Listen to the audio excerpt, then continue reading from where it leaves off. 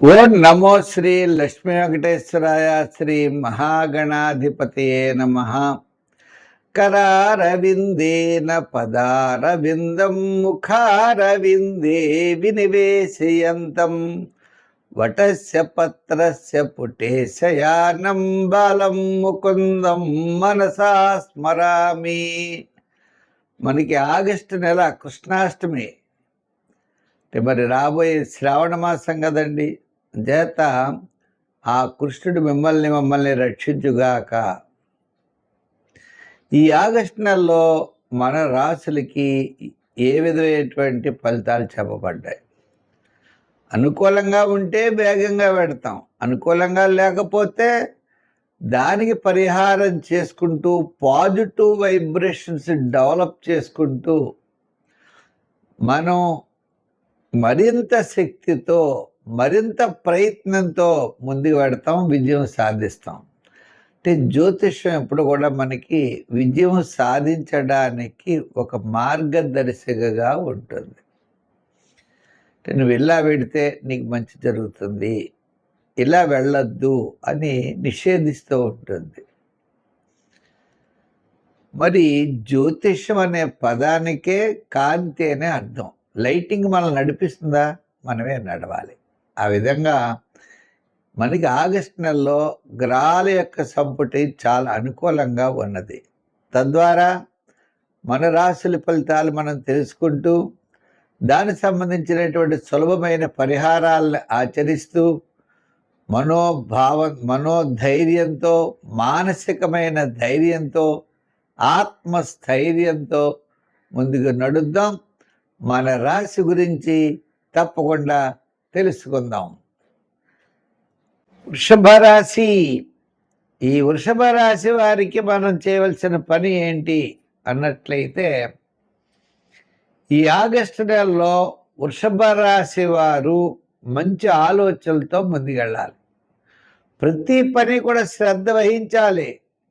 గ్రామాల యొక్క బలం చాలా సామాన్యంగా ఉన్నది. వేగంగా పరిగెట్టడం కాదు, ప్రతి పని ప్రతి విషయము శ్రద్ధగా వెళ్ళడం అన్నది చాలా అవసరం. మంచి ఆలోచనలతో వెళ్ళాలి. విద్యార్థులు వారు చేసే ప్రయత్నాలు రాజకీయ నాయకులకు అనుకూలంగా ఉండదు.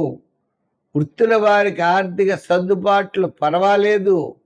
వ్యాపారస్తులకి ఆర్థిక పరమైన డెవలప్మెంట్స్ మనకి ఆగస్టు 15 లోపలే కొంతవరకు జరగడానికి అవకాశాలు ఉన్నాయి.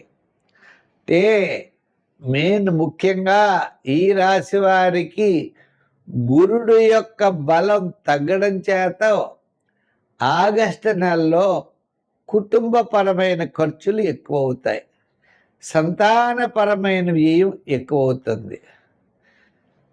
అలాగే మీకు ఆర్థిక ప్రోత్సాహం, ఆర్థిక డెవలప్మెంట్స్, మీకు రావాల్సినటువంటి బకాయిలు రూపాయి వస్తుంది అనుకుంటే 60-70 పైసలు వస్తుంది, 30 పైసలు రాదు. కానీ మీరు ఇవ్వాల్సినటువంటిది రూపాయి ఇవ్వాలంటే ఖచ్చితంగా అక్కడ రూపాయి ఇవ్వాలి. చేత కాస్త రుణం అనేది అడ్జస్ట్మెంట్ చాలా కష్టమవుతుంది. కాబట్టి అనవసరమైన వ్యవహారాలకి, అనవసరమైన వ్యయానికి దూరంగా ఉండండి. తద్వారా ఇబ్బందులు మనం పరిష్కారం చేసుకొచ్చి ఇబ్బందులు రాకుండా జాగ్రత్త వహించవచ్చు. ఇంకా సంతానపరమైన విషయాల్లో 1-2 సార్లు మనం ఆలోచించాలి. నూతనమైన వ్యాపార ప్రయత్నాలు, వివాహాది ప్రయత్నాలు, ఉద్యోగ ప్రయత్నాలు, ఇటువంటి విషయాలు చాలా జాగ్రత్తలు తీసుకోవాల్సిన అవసరం ఉన్నది. ఈ రాశి వారికి పర్వాలేదు, కానీ పెద్ద రేజింగ్ అన్నది కనపట్టలేదు. అంటే మనం ఏమైనా సాధించవచ్చు, ఏమైనా చేయగలం అనేటువంటిది కొద్దిగా ఇబ్బందులు ఉన్నాయి. అంచేత ఈ రాశి వారు చేయవలసిన పనులు ఏమిటి అంటే, గురుగ్రహ ప్రీతి కోసం ప్రతిరోజు శివాలయానికి వెళ్ళండి, శివ దర్శనం చేయండి. రావి చెట్టు ఉంటే ప్రదర్శనలు చేయండి. ఆ రావి చెట్టు దగ్గర గురువారం నాడు దీపం పెడుతూ ఉండండి. మీ గురువులు ఎవరైనా ఉన్నట్లయితే వారికి తెల్లని వస్త్రాన్ని శ్రావణ మాసంలో శ్రావణ పౌర్ణమి నాడు ఇవ్వండి. తెల్లని వస్త్రాన్ని వారు కట్టుకోవడానికి వీలైన వస్త్రాన్ని ఇవ్వండి. అలాగే దేవాలయాల్లో దీపం పెట్టడానికి ఒత్తులు, అలాగే శనగలు ప్రసాదంగా ఇవ్వడానికి, శనగపిండి ఏదైనా ప్రసాదం చేసి ఇవ్వడానికి, శనగపిండి బెల్లం అటువంటివి కూడా ఇవ్వచ్చు. తప్పకుండా మంచి జరుగుతుంది. పత్రస్య పుటేశయానం బాలం ముకుందం మనసా స్మరామి.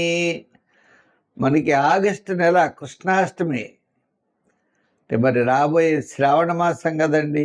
చేత ఆ కృష్ణుడు మమ్మల్ని రక్షించుగాక. ఈ ఆగస్టు నెలలో మన రాశులకి ఏ విధమైనటువంటి ఫలితాలు చెప్పబడ్డాయి? అనుకూలంగా ఉంటే వేగంగా పెడతాం, అనుకూలంగా లేకపోతే దానికి పరిహారం చేసుకుంటూ పాజిటివ్ వైబ్రేషన్స్ డెవలప్ చేసుకుంటూ మనం మరింత శక్తితో మరింత ప్రయత్నంతో ముందుకు పెడతాం, విజయం సాధిస్తాం.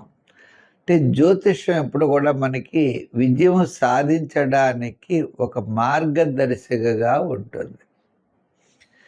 నువ్వు ఇలా వెడితే నీకు మంచి జరుగుతుంది, ఇలా వెళ్ళొద్దు అని నిషేధిస్తూ ఉంటుంది.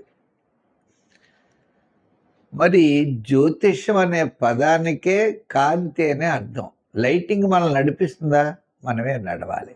ఆ విధంగా మనకి ఆగస్టు నెలలో గ్రహాల యొక్క సంపుటి చాలా అనుకూలంగా ఉన్నది.